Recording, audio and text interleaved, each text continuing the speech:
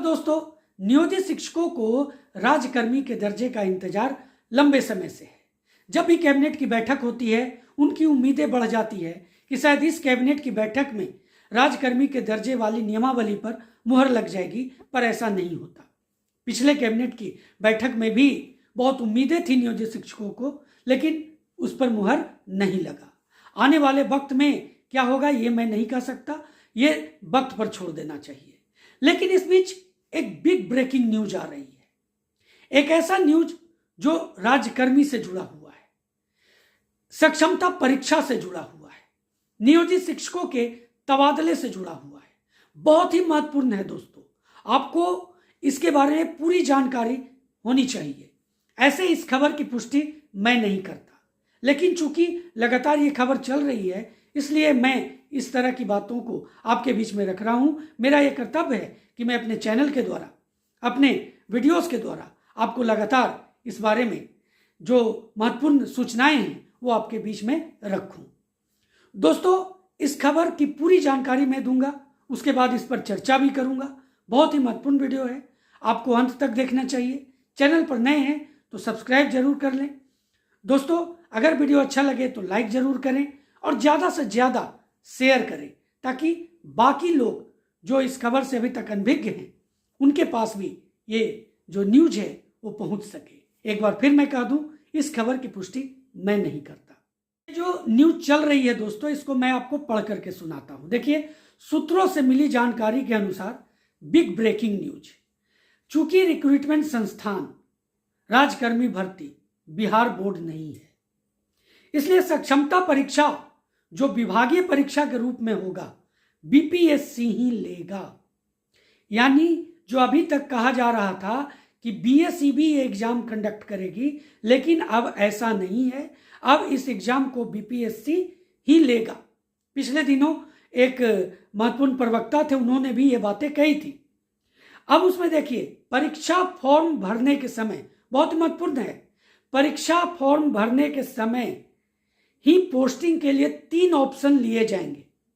यानी जिस तरह बीपीएससी टीआरई 1 या टीआरई 2 में जिस तरह से ऑप्शन देना पड़ा है, चाहे शिक्षक अभ्यर्थी हो या नियोजित शिक्षक हो उनको, उसी तरह से यहां भी 3 ऑप्शन जिलों के रूप में आपको देना होगा, जो भी आपका प्रायोरिटी हो।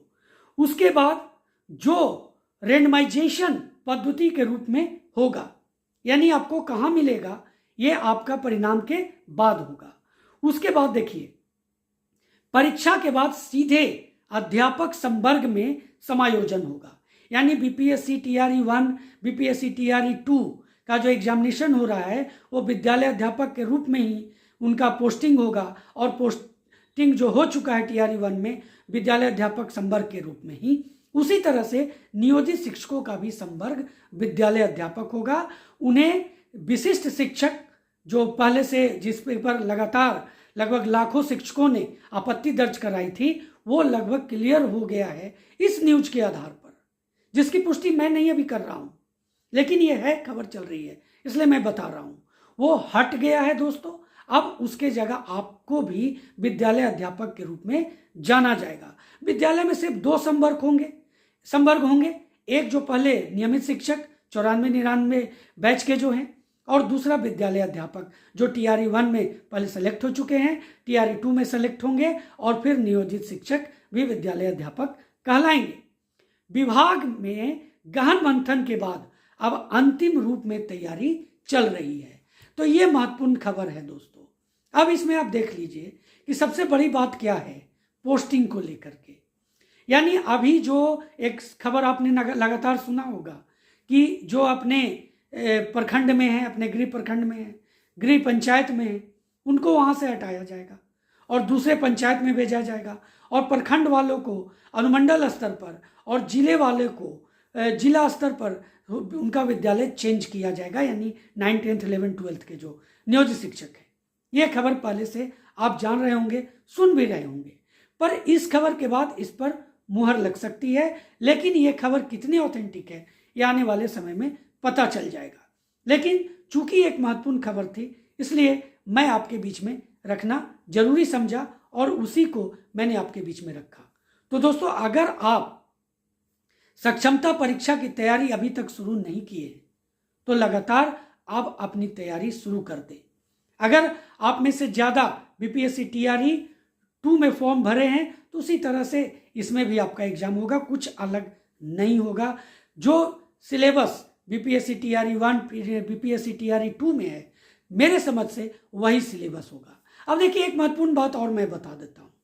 अब देखिए बीपीएससी टीआरई 1 में जो योगदान की तिथि है 30 नवंबर है और इसमें बहुत से ऐसे नियोजित शिक्षक हैं जो अभी उधेड़-बुन की स्थिति में, अब उनके लिए भी अब एक रास्ता खुल गया है, एक विकल्प हो गया है। अगर वो चाहें तो अपना ज्वाइनिंग ले सकते हैं और अगर वो सक्षमता परीक्षा देना चाहते हैं तो वो सक्षमता परीक्षा की तैयारी में रह सकते हैं। लेकिन एक चीज़ अब इससे क्लियर होती है कि अगर ये जो न्यूज़ मैंने आपके बीच में रखा, अगर ये ऑथेंटिक होती है तो जो वेतन संरक्षण और सेवा निरंतरता को लेकर के जो नियोजित शिक्षक अभी तक ज्वाइनिंग नहीं लिए हैं, अपने विद्यालय प्रतिस्थापन पत्र जो उनको मिला है उसके बाद विद्यालय में योगदान नहीं दिए हैं, तो उनके सामने एक विकल्प खुल गया है कि अब उनको वेतन संरक्षण का भी लाभ मिल सकता है और सेवा निरंतरता का भी लाभ मिल सकता है। इसलिए उन्हें अब ज्वाइन करने में किसी भी तरह की कोताही नहीं करनी चाहिए। उन्हें तुरंत, अभी 2 दिन बचा हुआ है, 30 नवंबर तक आप ज्वाइन कर सकते हैं, तो आप देर न करें, जल्द से जल्द ज्वाइन करें। यह महत्वपूर्ण संदेश था दोस्तों जो मैंने आपके बीच में रखना जरूरी समझा। इस खबर की पुष्टि मैं एक बार फिर कह दूं, मैं नहीं करता। अब आने वाले समय में इस खबर पर कितनी सच्चाई है ये मुहर लग जाएगी। तो दोस्तों इसी तरह आगे भी मैं आपके बीच जो महत्वपूर्ण न्यूज होगा वो आपके बीच में लेकर के आऊँगा। तो दोस्तों मिलते हैं अगले वीडियो में, तब तक के लिए जय हिंद।